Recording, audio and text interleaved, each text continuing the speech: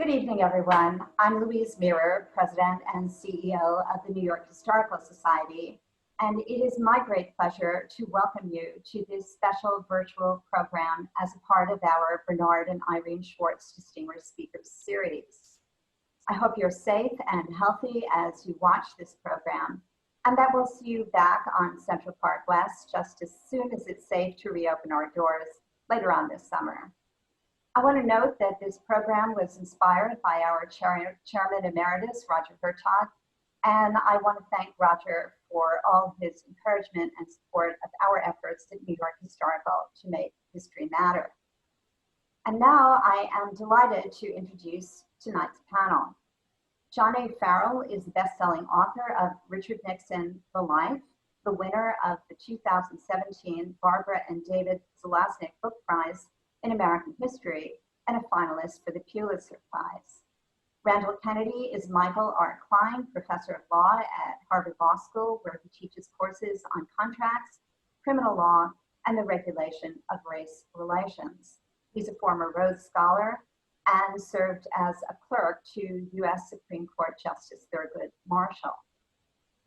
Our moderator this evening is Harold Holzer, who is the author, co-author, or editor of more than 50 books on the Civil War era. His forthcoming book, which will be released in August, is The Presidents versus the Press, the endless battle between the White House and the media, from the Founding Fathers to fake news. Tonight's program will last about an hour, including 15 minutes for questions and answers. Your questions can be submitted via the question and answer function on your Zoom screen.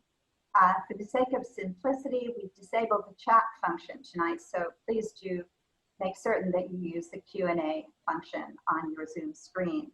Our speakers will get to as many questions as possible. Tonight's discussion will be recorded so that we may present an encore presentation at a future date. And now I turn it over to our moderator, Harold Holzer. Thank you, Louise. Thank you for organizing this event, to Roger Hertog for inspiring it. And thank you to the many, many hundreds of people who are tuning in tonight for this discussion. I'm honored to be coming to you this evening with John Farrell and Randall Kennedy. And I thank both of you for joining the discussion this evening. The subject, as Louise Mirror noted, is leadership in times of unrest. And lest we think in the absence of historical memory that the upheaval and the events of the last 2 weeks is unprecedented, needless to say, it isn't. But before we start looking back, I do want to acknowledge that the term unrest is far from perfect, and we don't mean it to sound pejorative in any way. One person's unrest is another's civil disobedience or resistance or righteous indignation, and all of those interpretations inform the history we want to discuss with you tonight. And that's really why we thought it was important to add some perspective to the collective experience we're all going through together. And before we turn to more recent events, let's look back. And I just want to note a few of the examples really beginning in colonial times that might be worth recalling before we sort of center our discussion in the civil rights movement and anti-war movement going forward from there.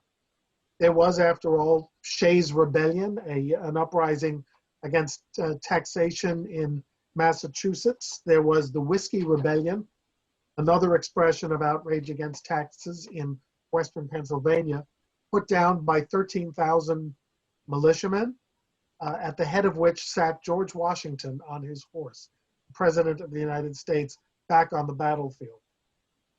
We could recall John Brown's raids in Kansas and on the arsenals in Harper's Ferry, Virginia, as an example either of domestic terrorism or righteous indignation aimed at ending slavery.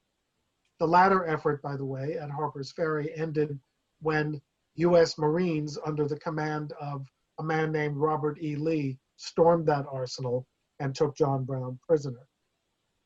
Not to mention the Civil War itself, the largest, quote, unrest in American history, and one incident within it that ranks as second in the unrest scale, and that is something some of you may have heard us discuss last week at the Historical Society, the New York City draft riots, an uprising of white men against people of color and institutions who supported them, ending in murder, lynchings, mayhem, even the burning of an orphan asylum in which 233 children of color were trapped until miraculously they were let out into safety. There are many more experiences in our history. The police who attacked African Americans in New Orleans after the Civil War, Jim Crow itself, lynchings. There is still no federal lynching laws, we know. Armed action against labor protests over the years, strikers. And in 1932, in the middle of a presidential campaign, the President of the United States sent the US Army under the command of Douglas MacArthur, not against a World War II enemy, but against World War I veterans who were encamped in Washington requesting a bonus for their service in the Great War. Douglas MacArthur, General Patton, all led troops to break up that demonstration. So, gentlemen, before we bring this story into the mid-20th century, let me ask each of you, does this record indicate that we've always been a nation of protest, a nation, if you will, of unrest that somehow moved us forward side by side with leadership? Is there a tradition even of authoritarian response? So let's start with Professor Kennedy. Thank you very much. The history of the United States is a very violent history. So for the reasons, given the episodes that you just recounted, and as you know, there are many more, we should actually not be all that surprised about the disorder, uprisings, rebellions. That's part and parcel of American history. And repression is too. And that's all part of the American experience. I would definitely agree. Back in the 60s, there was a Black activist named H. Rap Brown who said that violence is as American as cherry pie. And our record certainly shows it. The one thing that's interesting is that it's sketchy to make immediate calls when you see disorder as to what the long-term effect is going to be. John Brown's raid at the time, or the Boston massacre in the colonial days, even something as recent as the riots in the streets in Chicago in the 1968 Democratic Convention. Immediately, there's a feeling by pundits and probably historians to say, oh, this is going to play out like it did in 1968, or this is going to be a huge political setback for the status quo. But it's not often the case. Very often, the rioters in the Boston Massacre became holy martyrs to the cause of a revolution. John Brown was deplored at his time and is now viewed heroically. So we shouldn't be rushing into predicting what today's events are going to look like to historians 20 or 50 or 100 years later. Could I just say as well that, we've had 2 weeks in the aftermath of that terrible killing in Minneapolis, and people have been in the streets. There's been a good amount of talk about disorder, but frankly, against our backdrop, it might be said that what's really quite remarkable about what has happened in the past 2 weeks is actually the relative, the absence of violence, the absence of death. In Watts in 1965, the riot in 1965, 34 people died. In Newark, 1967, 26 people died. In Detroit, 1967, 43 people died. In Washington, D.C., 1968, 13 deaths. And in 1992, in the aftermath of the so-called Rodney King uprising in Los Angeles, 1992, 63 deaths. So what has transpired in the past 2 weeks against that backdrop is actually much, much less violent disorder. Jack, I know you've done some work also on so-called labor unrest over the generations. In New York City, we had the Orange Riots of 1870 and 71, and Washington D.C. had an infamous Armistice Day riot against that pitted police against the Wobblies. Just share some of that, if you would, some of that part of our tradition and our history. Well, in the 1870s and the 1890s, it was not unusual at all for labor to clash with management with rifles and bombs, and actually going into the World War I period. In some ways, we're really fortunate that we haven't seen the kinds of bombings that we had in the 1960s, or that we had even more recently. When Professor Kennedy, when you were going through the list of the dead, I was thinking of Timothy McVeigh in Oklahoma City, which is over 160 people killed, including all those little 3-year-olds in the federal nursery. So we're a little bit fortunate. I would agree with you very much that we're fortunate that the unrest that we've seen now has not reached the level that it did, say, when Eugene Debs led the railway union strike and Grover Cleveland, a Democratic president, ignored the objections of a Democratic governor of Illinois and sent in federal troops to maintain order. Has it always been a tradition for presidents to, in fact, face down protest rather toughly, rather strongly? Just looking back from Washington forward, and interestingly, I mean, one of the most passive responses in terms of federal response was Abraham Lincoln to the New York City draft riots. We can chalk some of that up to communications difficulties, I suppose, and the fact that it was in the immediate aftermath of these great victories by the Union at Gettysburg and Vicksburg. But he waited 3 days to get a federal response to protect people of color and Republicans and newspapers. But what's the presidential tradition? I think that presidential tradition is to hesitate, wait, but at the not so much as the last minute, but when events finally just play themselves out to a point where you have no other choice, to react very, very strongly. I mean, the great thing about Eisenhower's intervention in Little Rock, Arkansas, was that in contrast to JFK a few years later, he just didn't send in poorly armed U.S. Marshals, as JFK did to the University of Mississippi. He sent in the 101st Airborne, and they maintained order and got those kids into school. But I did not want to do it. He wasn't full enthusiast with the cause of civil rights.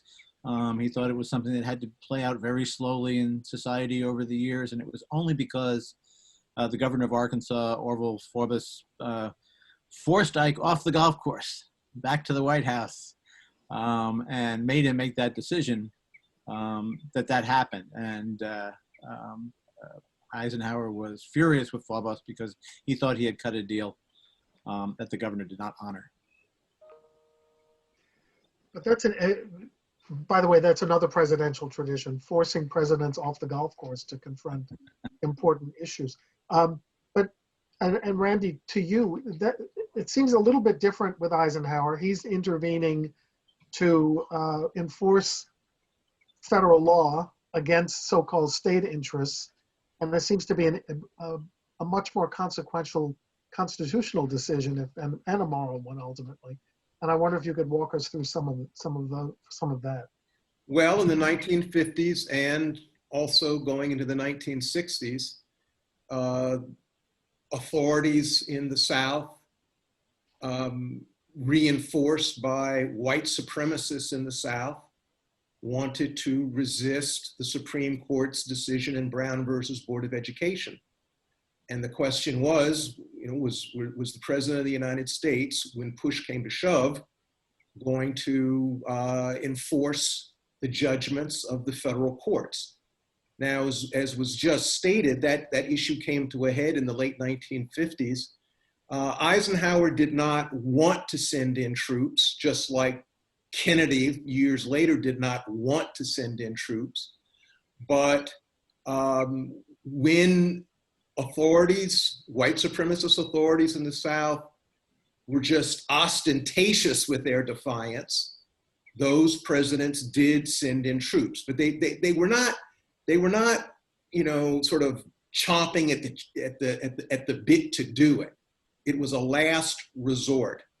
And I think their resistance to using troops, their resistance to using federal power in that way, I think is something that should be on people's minds as they consider today's events and what may be looming in the future. Randall, when you were ticking off the litany of deaths in some of the inner city disturbances, let's say, of the recent past, it inspires a question. Is the pushback different when the demonstrations are led principally by Black and brown people? Do you perceive that in our history? Absolutely. Yes, without a doubt.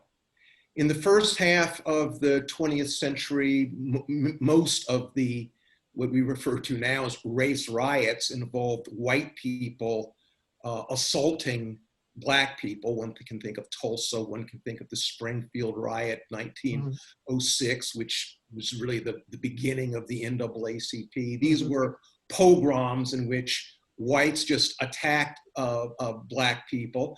And what happened there was white local authorities typically joined in, or if they didn't join in with the whites who were assaulting the Blacks, they did not offer protection to Black people.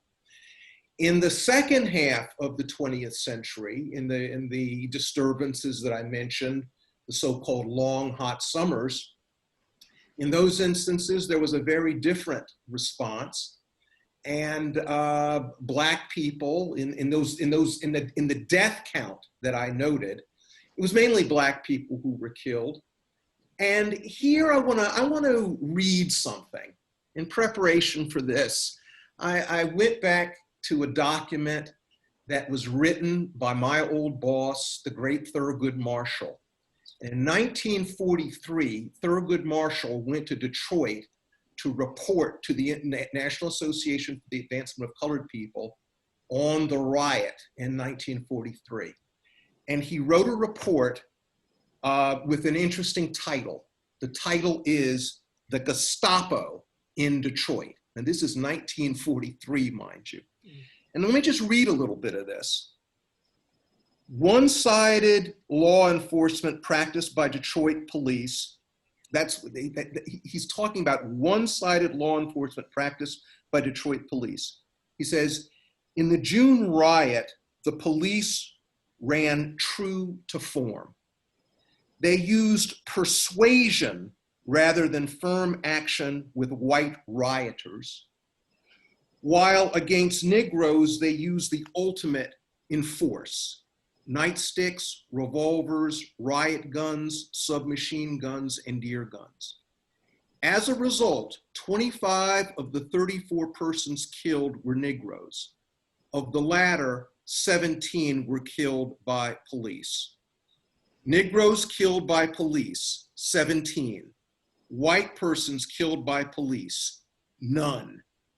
The entire record, both of the riot killings and of previous disturbances, reads like the story of the Nazi Gestapo. That's the words, those are the words of Thurgood Marshall, not a jurist who was inclined to overstate things. So the answer to your question is, yes, there has been a racial discrimination in responses to civil disturbances in American history. And frankly, given our history, we ought not be surprised by that. And also in the memories that we take from them. At the same time that the 4 white students were killed at Kent State, which we just celebrated the anniversary, I believe it was the National Guard opened fire at Jackson State, and that was unprovoked, whereas the white kids at Kent State had been at least protesting enthusiastically.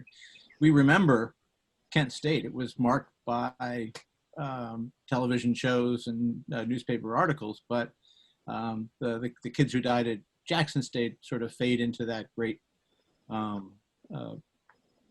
mass of Black Americans who are victims of this kind of repression. True enough, the same is true of Chicago. When people think about Chicago and riots in Chicago, people, if we're talking about 1968, for instance, people immediately think of the police riot at the Democratic National Convention, which of course was terrible and people ought to think of it. But a couple of months before, there was a riot in which the mayor of Chicago, Mayor Daley, gave shoot to kill orders, and the people who were killed were mainly Black people who were killed. Again, we remember the summertime riot. We don't so much remember the earlier one. Yeah. So that's right. That was in the wake of the death of Dr. King. Yes. Initially in 1968. Yes. And even in the Democratic Convention rioting, when the Chicago 8 was put on trial, Bobby Seale, the one Black kid, was the one who was muzzled and tied to his chair. So it's, right. It's very hard not to get around this standard. Certainly the union movement in the 19th century showed that the capitalists, when angered, could reply ruthlessly against people who happened to be white. But in a lot of those cases, they were immigrant union workers, Poles, Hungarian, steel workers, coal miners. And so they could, so race played an element even in those battles. I do want to do one bit of housekeeping, and that is to urge those who have questions of their own to please use the Q&A function on your laptops to send us questions. We're going to begin taking questions in about your questions in about 15 or 20 minutes. So do send them. We're eager to entertain them. We're moving so quickly into the 60s, so we should, of course, put the Vietnam War and LBJ and John, you knew I'd get to Nixon eventually, and Richard Nixon, who in the wake of protests at least made a visit to the Lincoln Memorial. I've seen that bizarre photograph so many times of Nixon, quote, "President speaks to anti-war protesters." But that's 1970. In fact, it's like a 10 days before Kent State, as I recall. But let's talk about Vietnam. That's obvious. I mean, people are saying how miraculous this is that in the wake of the Floyd killing, there have been 10 days of sustained protests. In the Vietnam era, there were years of sustained protests. And let's talk about leadership response from the White House, particularly from the Johnson and Nixon administrations. John, do you want to start? Sure. One fast little anecdote, since we talked about the MacArthur and Patton going down and rousting the bonus army. Nixon remembered that. He remembered that the Army and Hoover had come away with, I'm sorry, who was the president at the time? Hoover. Was it Hoover? Summer. Yeah, had come away with tarnished. And when the Vietnam Veterans Against the War came and camped out on the mall and John Kerry led them and famously threw his medals across the fence at the U.S. Capitol. When the White House tapes came out, there is Nixon saying over and over again to John Dean and John Mitchell and other members of his administration, I don't want another incident like that which afflicted Hoover. We're not going to do that. Leave him alone. A few days later, the Vietnam veterans left town, and this was 1971. By then, the anti-war protests had taken on a more violent hue, and they were protesting under the slogan, if the government won't stop the war, we will stop the government. And so there was more violence, and then, but since they weren't sympathetic veterans, Nixon then rounded them all up, put them in stadiums, massive violations of civil liberties, and you can actually hear him on the White House tapes now, exceeding that he knew what he was doing was not legal, but he was going to do it anyway because it was good to show his silent majority, as he called them out in the country, that they weren't going to push him around. Was there ever a chance that the March on Washington might have been prohibited? I've often wondered about that because, I was 14. I watched on television, but there was always talk that President Kennedy was not going to participate. He was going to sort of be a neutral or an indifferent leader at that moment. Now, Ted Kennedy was a new freshman U.S. senator, and he wanted to go and join in the march. And he was ordered by his brothers not to because they were not happy with it. They did not join with it, and they were afraid that if something happened and Teddy got caught up in it, that it would reflect badly on the administration. The thing that I think, Randall, maybe you can help me on this, but I think the thing that turned the Kennedys around was battling those Southern governors, Wallace and then at the University of Mississippi, on integration, and realizing for the first time in their lives how hateful these people could be, and that it was not going to be an easy fix. And that is finally, I think, what pushed JFK, a very reluctant JFK, over to the civil rights side and made him give that speech in 1963 before he died. I think there's a lot to that. I think the major force, however, were the dissidents, the people on the ground, the John Lewis's, the Martin Luther King Jr.'s, the A. Philip Randolphs. They were not to be denied. And so, frankly, whatever John F. Kennedy or Robert F. Kennedy or whoever, whatever they wanted, that march was going to go forward. Now, it's true that they tamped it down, calmed it down, de-radicalized it in various ways. But to answer your question, Harold, no, there was no chance that anybody was going to ban that march. With respect to the civil rights movement in the 1960s, on the question of civil liberties, it's a quite extraordinary record. In formal terms, it was one of the great blossomings of civil liberties. If one thinks about the change of the law of libel, if one thinks about litigation being given First Amendment protection, if one thinks about organizations being given organizational privacy, if one thinks about all of the ways in which the Supreme Court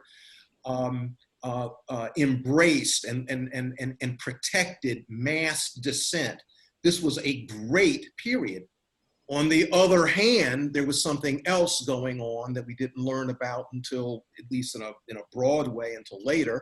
And that was, of course, J. Edgar Hoover and the Federal Bureau of Investigation and COINTELPRO and all sorts of underhanded methods by which the government, the local governments, but most of all, the federal government was encroaching on civil liberties in a quite illicit way and in a flagrant way, and in a quite terrible way, a way in which we've never fully grappled with. So it was a strange period in the 1960s, but certainly in formal terms, in legal formal terms, it was actually a great period for civil liberties. An interesting perspective. I just want to return to our advertised theme a bit, because we've been talking, my fault, about change from the bottom up. And we did promise our audience and our hosts that we would talk a little bit about ideal leadership or faulty leadership from the top down. We talked about Hoover's mistakes and against the bonus army. I'm thinking back to 1968 in the outpouring of emotion and distress when Dr. King was assassinated, and thinking of Robert Kennedy and his comments standing on a car, as I recall. I can't remember anything that President Johnson said. And of course, he looms in history as a civil rights president, as a legislator, to be sure. Remind us of what he did do and what was lacking, if there's anything to point out. I think Go ahead, please. I think his response was lost in the response of people like Robert Kennedy, who was quoted Aeschylus to a he broke the news to a crowd in Indianapolis, even Richard Nixon went to Dr. King's and marched in Dr. King's funeral, and so I think that LBJ had announced that he was pulling himself out of the presidential race, so he was almost a has-been already that summer. And I think the grief that was unleashed was just, that was something that no president was going to stop. I agree with all of that. And by this time, of course, public opinion had turned on LBJ. I will say this. I don't think that in the aftermath of Martin Luther King Jr.'s assassination, and by the way, you remember by 1968, there was very bad feeling between them. I mean, President Lyndon Johnson thought that he had been betrayed by Martin Luther King Jr. I mean, after all, Lyndon Johnson had shepherded through the 1964 Civil Rights Act. He had shepherded through the Voting Rights Act of 1965. There was no president who had done more to advance the interests of African Americans than Lyndon Johnson. And then when Martin Luther King Jr. turned against him with respect to the war in Vietnam, he felt deeply hurt and he felt deeply angered. For all of that, there was no question but that in the aftermath of the assassination of Martin Luther King Jr., that Lyndon Johnson conducted himself in a way that made it quite clear that he felt the nation's sorrow. He was sorry about what had happened. There was no question but that he was not itching to turn loose force against Americans, even Americans who were rioting. He was not in any hurry to, have people shot in the streets or brutalized. In other words, he communicated a feeling to Americans of empathy and of gravity. And again, in our current situation, that is something that people ought to take on board. LBJ acted as you would hope that a president would act under those circumstances. John, what about, Nixon comes in as allegedly a peacemaker, although as you pointed out in your book, he managed to scuttle a potential peace before his election. How does he handle, what is his leadership role or lack of same as the Vietnam protests continue in the first couple of years of his presidency? He came into office and he had a choice. And one was to continue to prosecute Johnson's war until it became Nixon's war. And that's eventually the choice that he took. Charles de Gaulle and others told him, cut a deal and get out and blame it all on Kennedy and Johnson. You're going to waste American prestige instead of save it by continuing to wage this war. And so by September of that first year of 1969, when the students came back to the campuses, the draft calls were going out, and it was clear that Nixon was not going to bring a quick end to the war. He decided very coolly that he was going to polarize. He was going to divide the nation, split them up between us versus them. And there you had his famous Great Silent Majority speech, which came against the backdrop of the two big demonstrations in the fall of '69, the moratorium and the mobilization, both of which were spectacularly successful marches, peaceful, thrilling, poignant, huge success. And so Nixon felt the only way he could combat it would begin this sort of process of demagoguery that then he gave another speech like that in 1970 at the time that he went into Cambodia and the campuses erupted again at Kent State. He called the marchers bums, and right before the day or 2 days before the killings at Kent State. And from that point on, and the internal paperwork is very clear, his people were looking for ways to turn Americans against Americans.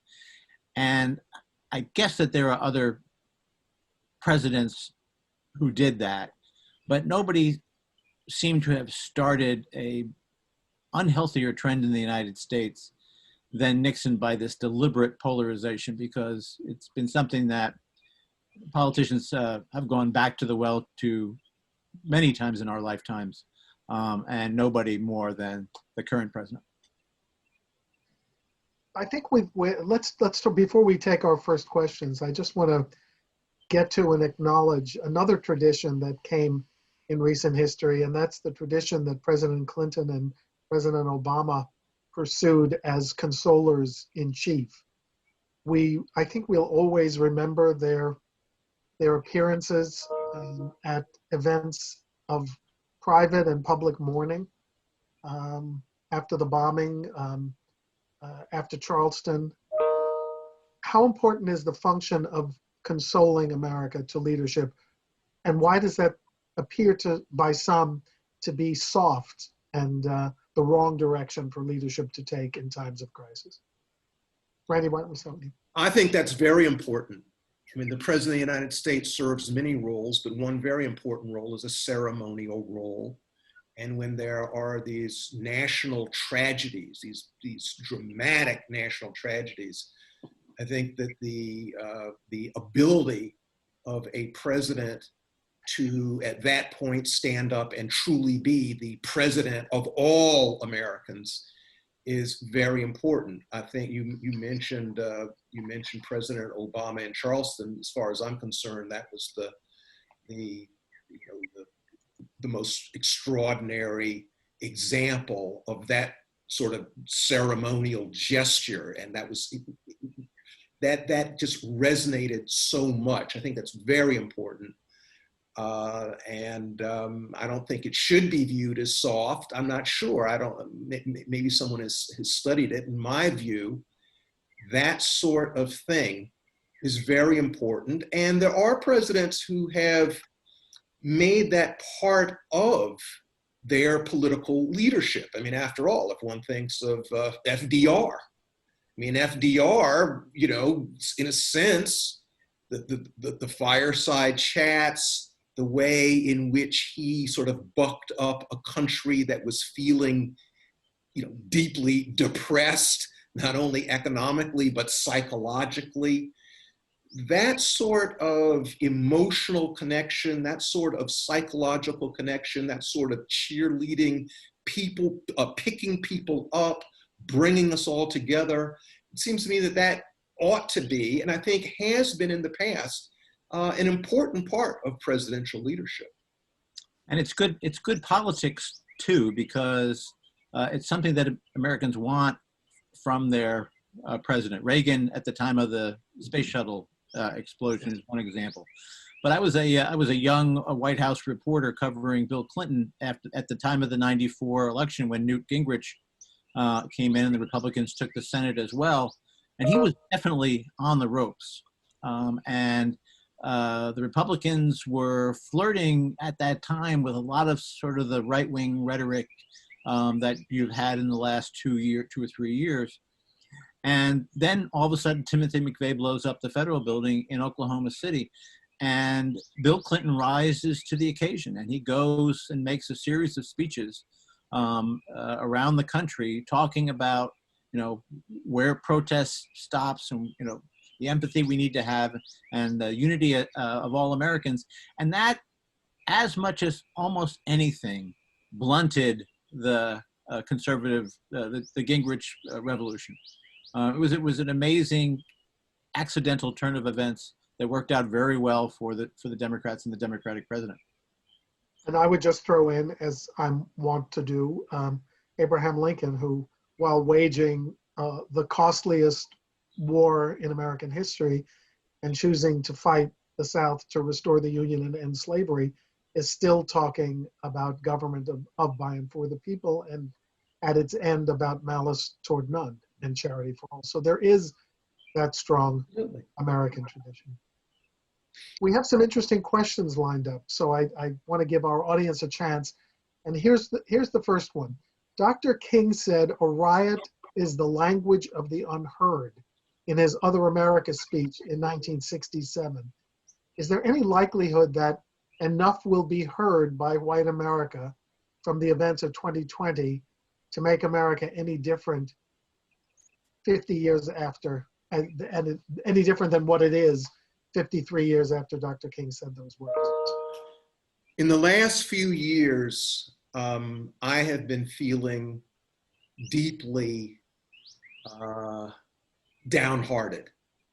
I have been, in my adult life, very largely an optimist with respect to the race question. But in the past few years, my optimism has really been under siege. In the last 2 weeks, as bad as terrible as the events were that galvanized the nation, I, for the first time in a good long while, feel some degree of hopefulness, because all over the United States, in big cities, in little towns, people of all sorts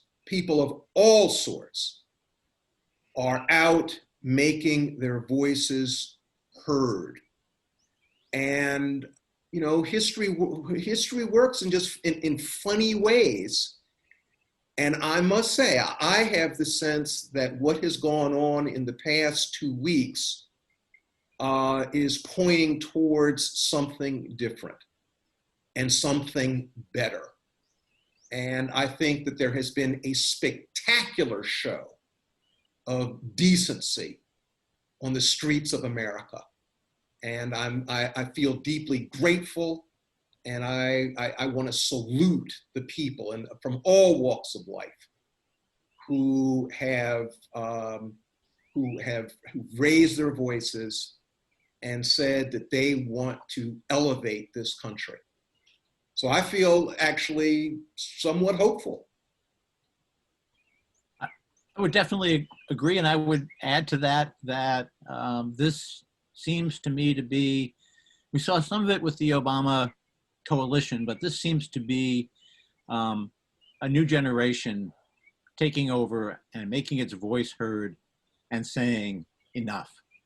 One of the great public tragedies of my life is that I thought we were making some progress on this issue of race that has just crippled us as a country for so long.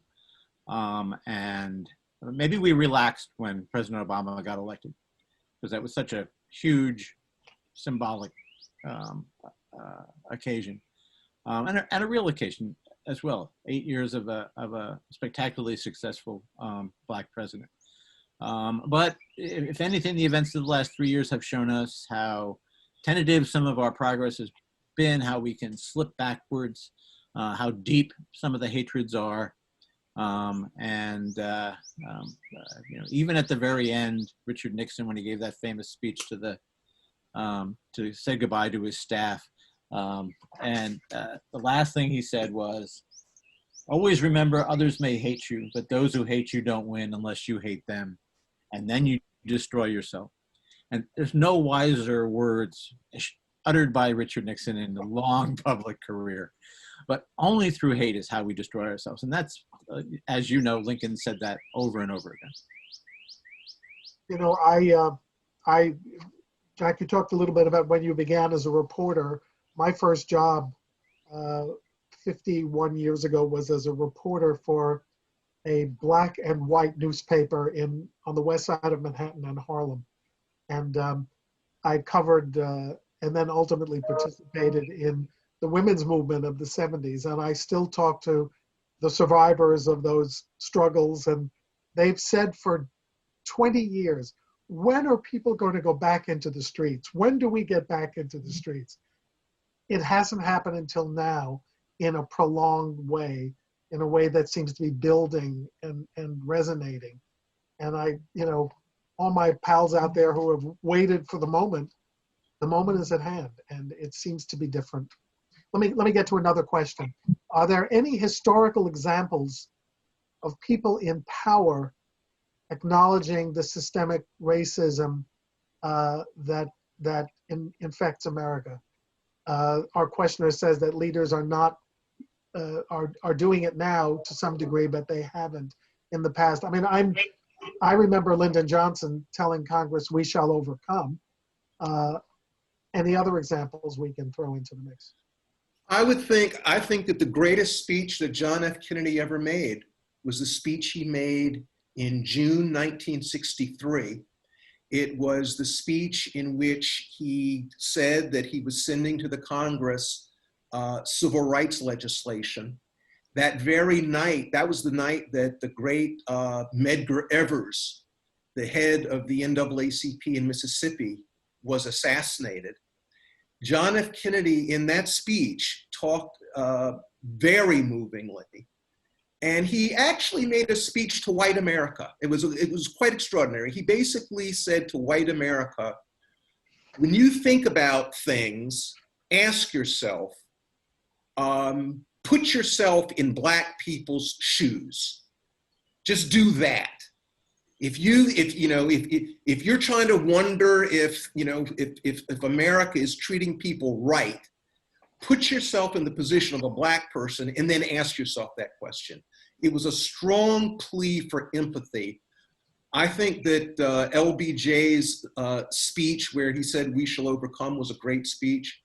I think that John F. Kennedy's speech, I'll tell you another person who we don't think about much, but I think was very important and sort of improbable, Harry S. Truman. I mean, Harry S. Truman in 1948, when he commissioned his presidential committee on civil rights, the report that they produced to secure these rights was essentially the blueprint of the Second Reconstruction. Now, Harry Truman was no liberal, and it was really no liberal, certainly with respect to race. But again, when push came to shove, Harry Truman actually, out of a sentiment really of just pure decency, did some very important things that we ought not forget. Yeah, I think that Robert Kennedy gave two of the most amazing speeches ever. One, of course, the one we've talked about when Dr. King was killed, but the other one was he went to South Africa and gave a speech that's called the Ripple of Hope speech. And you see it quoted, segments of it quoted many, many times. But it was a speech directed to the youth of South Africa and to the young people around the world. It's an amazingly moving and inspiring speech. I want to do a shout out to a woman in whose New York City home I get to work when we're at work, that is, and not in isolation.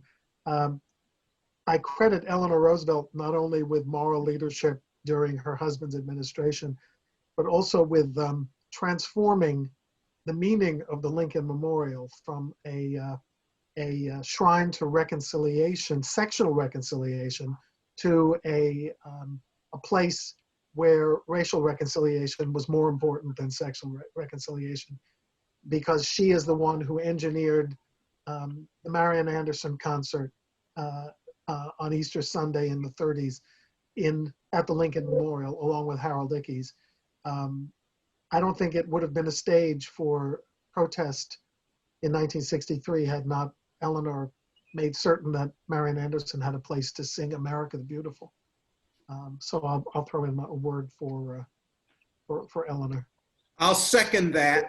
I'm a South Carolinian, and I grew up with my mother and my grandmother constantly talking about Mary McLeod Bethune. And Mary McLeod Bethune was a good friend of Eleanor Roosevelt. I wish that Eleanor Roosevelt's decency with respect to the race issue had rubbed off a little bit more, or actually a lot more, on her husband, the president. Right. But at least Eleanor Roosevelt did what she can do. So that's right. She warrants our fond remembrance. Right. Here's another audience question. This is an interesting tech question in a way. Do you think that the pandemic has driven the riot, and that's in quotes, inside and online to social media? I mean, we have seen protests go to the streets. That's my aside. If so, what do you predict will be the next phase of rebellious activity? And how are historians and news organizations going to capture that historical record if it's online? That's a profound question. It's a tough one. Well, I mean, for someone who's worked many, many hours with the Nixon tapes, it's impossible for me not to see the similarities between President Trump's tweets and the Nixon tapes. They're both the presidential id, unguarded, coming out in real time. Nixon's kept his ugly thoughts private. Through the magic of social media, sometimes we will get 200 tweets a day from the president. And I think that they will be very important for future historians.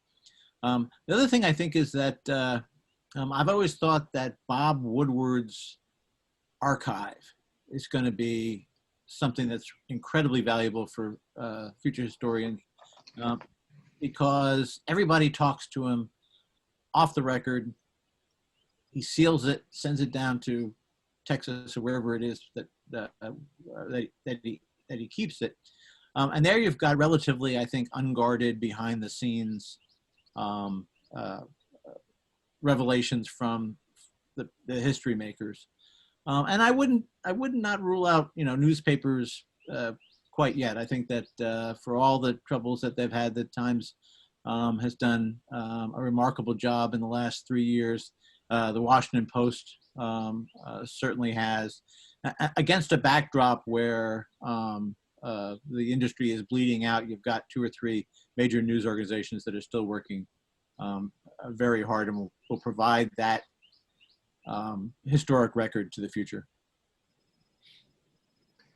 By the way, I want to do another shout out, I guess, but this is Pride Month, and we should not omit mention, particularly in New York City, of the Stonewall riot, so-called, which took place in 1969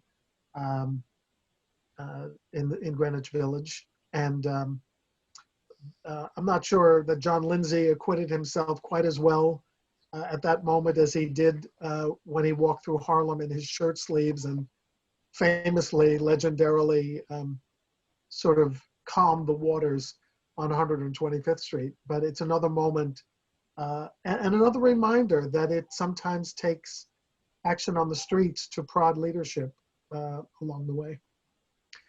I have another question here. why is the current protest going globally versus other protests and quote riots that you've mentioned? I'll take a shot. I think it's because this is a worldwide phenomenon. You have, if anybody who in the last 80 days has been stuck at home watching Netflix, watching subtitles of Scandinavian political television series, will immediately recognize the fact that immigration of dark people into white countries is a big issue, not just in the United States of America. It's in Scandinavia, it's in France. We've seen it with Brexit. This is a worldwide issue. It's something that the human race has to grapple with and get under control and quickly. And I've always thought that one of the great things about the country, Randall, you're talking about optimism and pessimism, was that if we could do it here, we could again be a model. We could be the city on the hill for the rest of the world. And when we can't do it here, people look at us, I think, and yearn for us to do better. And I think that's why you had these amazing marches in Amsterdam and in Britain and in Paris and elsewhere. I agree with all that. I also think the globalization of information. I mean, you can, wherever you are in the world, you can tune in and actually see the egregious episode of police cruelty that has provoked this, uprising, not only in this country, but any place people can tune in. Now, there was a time, in fact, not so long ago, where it would have been much more difficult for people to have had access to as vivid an illustration of police misconduct as we now have. I mean, there was this episode, but frankly, there are many episodes in which one can see with one's eyes this unfolding of police violence. And I think that not only in this country, but in other places, and I think that there's this globalization of information helps to explain why the protest has such an international dimension. And I think that answers a question that we had here about whether the media intensity, the intensity of media coverage, also the frequency of presidential briefings this last month and media pushback against the president has laid bare perhaps the president's stumbles on the pandemic and on the recent events in Lafayette Square. So again, layered with a kind of a distrust of the media, or at least a polarization of the media. But 'twas ever thus. As Professor Kennedy said, Roosevelt went to radio when he felt he couldn't get the publishers on his side and spoke at fireside chats and did only 28 of them, but with enormous impact over 12 years. Well, it's an interesting side effect of the pandemic is that it has taken away President Trump's best forum, which is a crowd of people at a rally. He's not good at press conference. He's not good sitting at in the Oval Office staring into the camera. And now he cannot go out and do his best shot like he used to be able to. And yet we will find out if leadership by tweet is the leadership that an electoral majority really yearned for. We will find out soon enough, I suppose. I can't believe it's 7 o'clock. I just wanted to end, as I always do, with a quote from my guy, Abraham Lincoln. And I'm just reminded of something he said in 1862. And again, no one was more of a consoler in chief than Lincoln, even in what he called the volcano of a civil war. He's in the midst of it, he reminded America, the fiery trial through which we pass will light us down in honor or dishonor to the latest generation. We shall nobly save or meanly lose the last best hope of earth. And with that, I want to thank the 1,200 or so people who have joined us tonight. The many who asked questions, I apologize for not getting to all of them. And of course, to John Farrell and Randall Kennedy, peace and justice, and we hope to gather at the Historical Society soon. Good night.